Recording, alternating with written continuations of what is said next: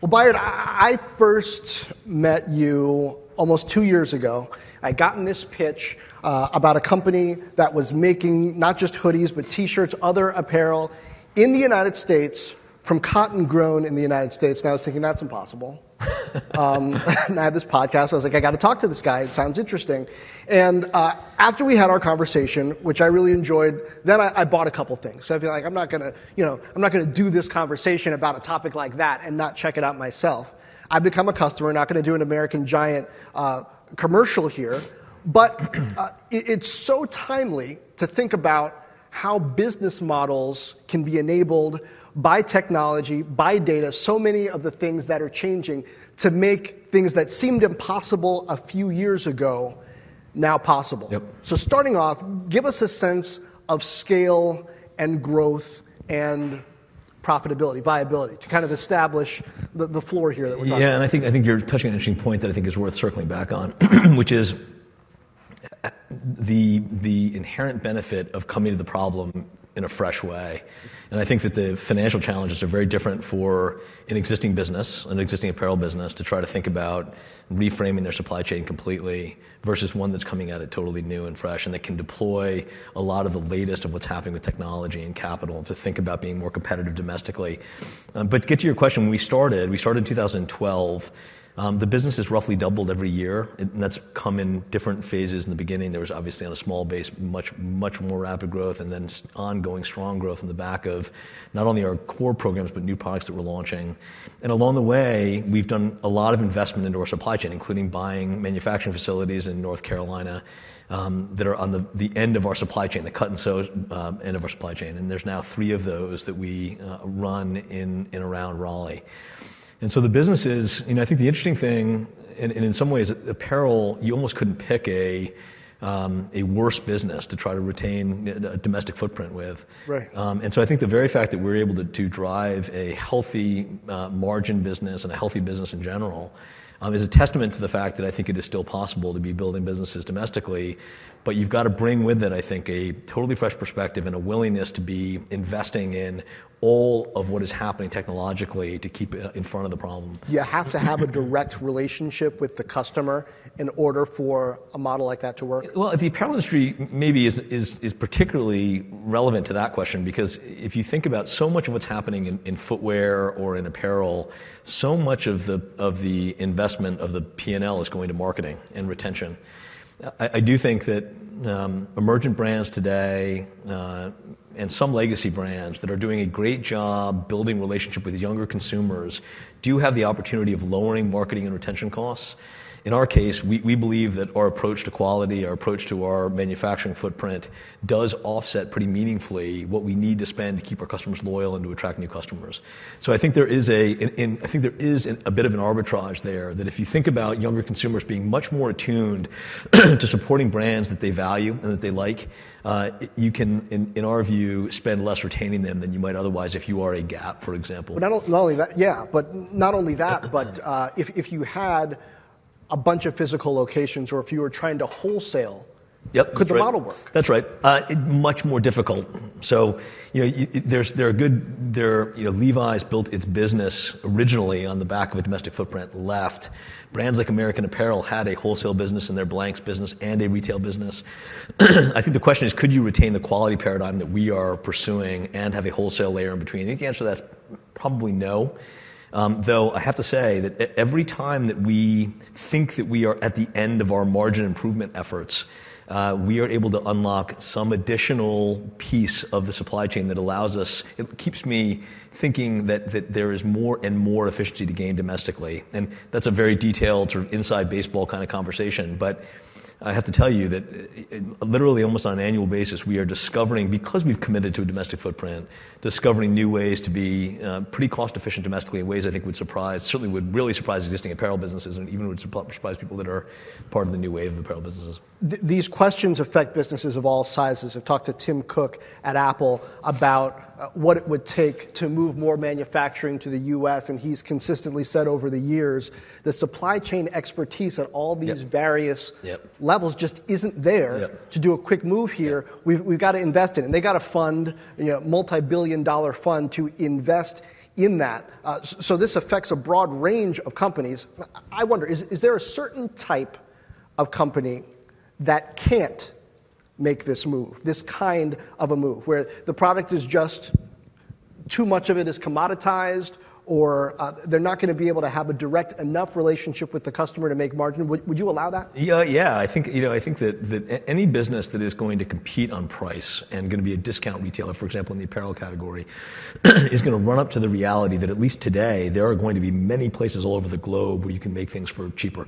So that may be Burma or China or Africa or wherever the environmental regulations are lower and the cost of human capital is lower. So yes, certainly. I think businesses that are competing on value are going to have a harder time with a domestic footprint. I think brands that have a premium positioning from a brand standpoint, though, can. I think it's interesting hearing Tim Cook say that, right? That's a pretty subtle answer. It's saying that we don't have, and we have run into a similar challenge with our efforts to be domestically sourced. His answer is the human resources there. We found that the apparel industry really was built on the back of really phenomenal quality 30 or 40 years ago. That had gotten really stripped out over the years.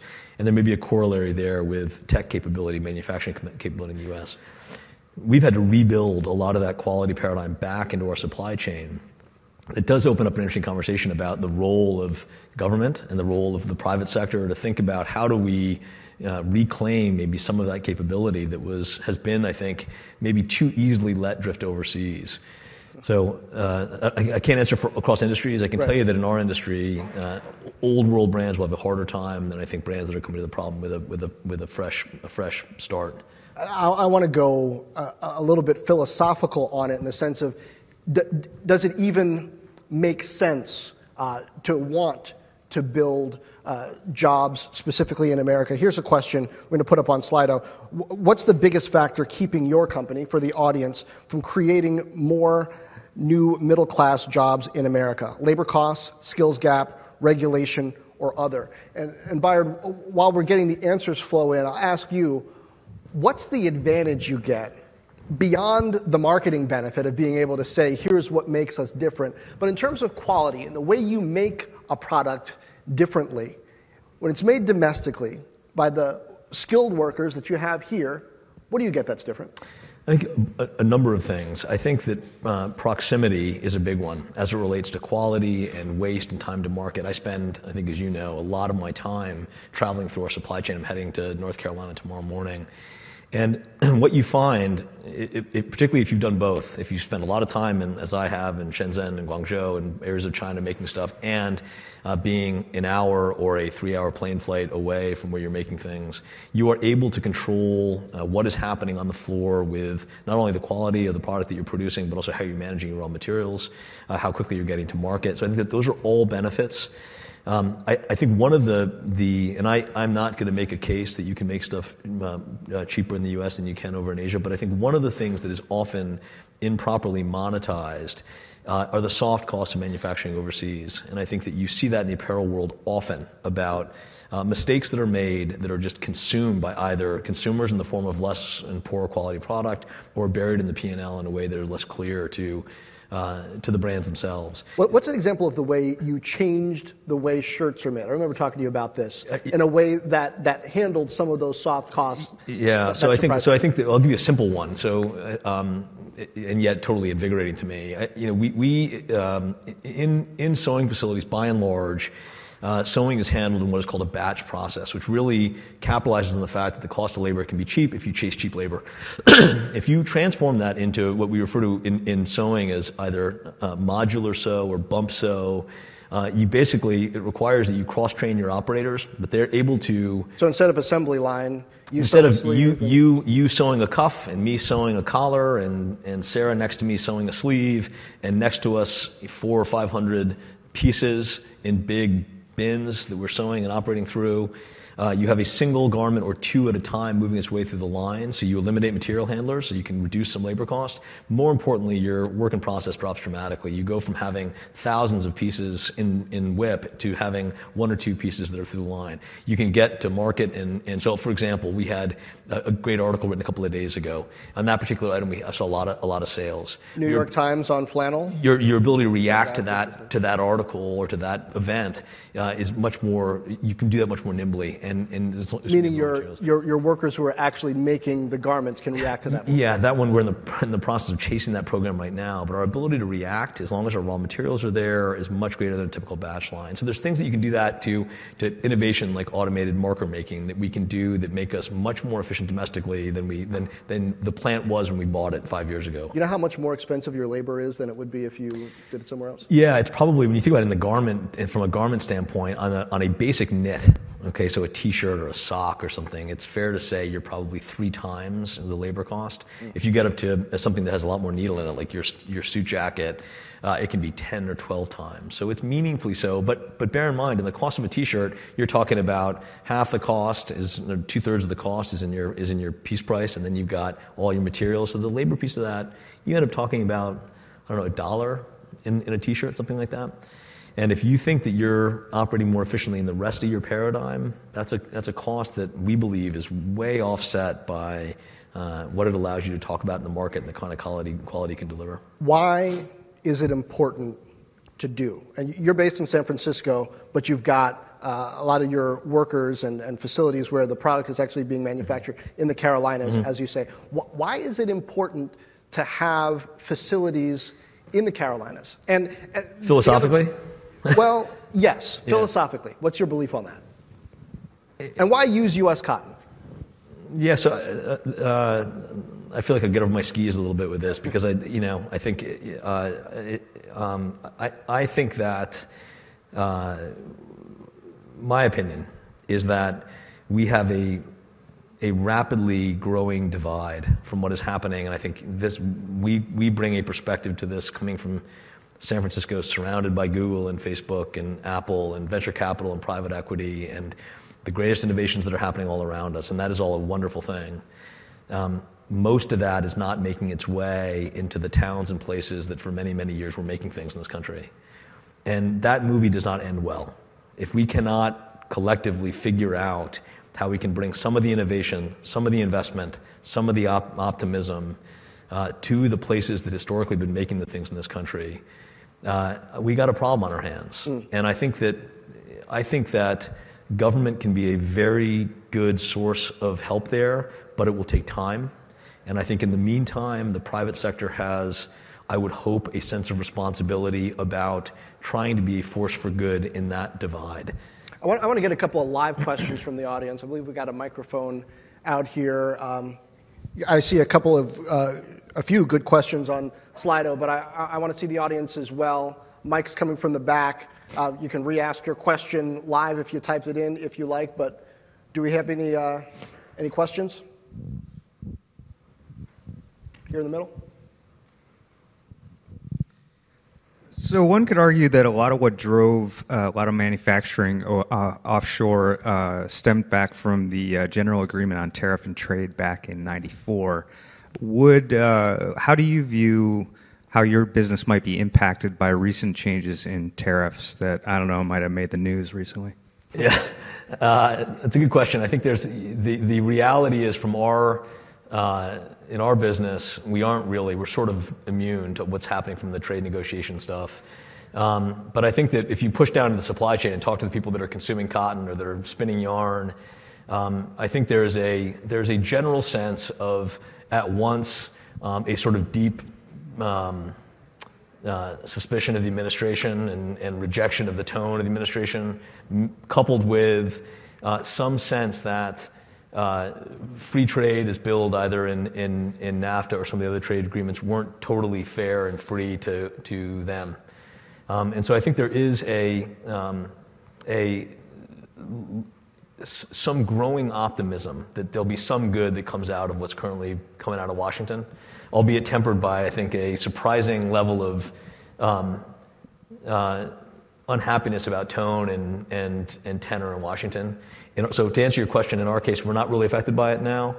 I guess you could make the argument that as it begins to put pressure on some of the more globalized brands around us, we might benefit from that. But because we're cotton in the ground all the way through, we're sort of independent of it. We've got a couple of questions here on Slido on 3D printing, so I'll try to combine them. Is it useful, or will it be useful, do you think, 3D printing technologies for the garment industry specifically? How do you see it being? Not that I know. I will tell you, though, that there is a lot that is happening from what is happening at the ag level, so literally down to cotton harvesting and what's happening with yields and big data and how growers in this country are becoming much more efficient and connecting with the brands they're working with, all the way through to the cut and sew, how things like automated pocket machines, automated collar machines, even automated T-shirt sewing, that will, I think, continue to innovate on the actual floor there. That will be, and that gets back to the point I was making earlier, that in bits and bytes each year, we're able to reclaim more and more margin just by deploying technology into our supply chain. And so 3D printing, I don't know exactly how that would impact our business, but I think there's a lot happening that is making us every year more efficient at what we're doing. How do you handle a downturn? It's been a pretty good economy through much of the time that you've been building this company, but with those kind of costs on the books, how do you think about preparing for that? I mean, really, eventuality. Yeah, so we are sort of we've approached this in the way that I like to think that the great American brands approached life 30 or 40 years ago. We try very much to be controlled about our inventory purchasing. We almost never go on sale, and so I like to think that we bring a full view to the way that we approach the business, including our inventory management, so that we are not getting into the paradigm that so many apparel and retail businesses have gotten in, which is sale-driven, massive clearances at the end of each season. So I think that the way that we do that is continue to run our business with a long-term view, stay very tight with the way that we buy inventory, really be in a position where we're chasing demand, not the other way around. So I think that's how we're thinking about it, is to try to keep a good restrained view about growing the business and keeping it in control. You have a lot more data now about the customer than you did 4 or 5 years ago. How do you use that to determine when you're going to be able to launch flannel, or you just launched men's and women's jeans at the end of this year? Yeah, we very helpful in terms of thinking about how our house file responds and what he and she are apt to buy and interested in, and how many they will buy over what period of time. Very hard to do when thinking about new product programs. So flannel, for example, a lot of gut instinct there, a lot of market research, coupled with some luck. So when you get some great press, the way that New York Times article did for us, all bets are off in that case. And so, as we sit here today, we've got thousands and thousands and thousands of people on wait list for that flannel. There's no way to plan that. And that challenge compounds as you think about, as we rebuild our supply chain to support that program, how do you do that? And if you're able to get fully back in stock in February or April, what's demand going to look like then? That still is more art than it is science. American Giant, apparel in America. Who'd have thought it? Bayard. Thanks, John. Great talking to you. Yep, you too. Thank you.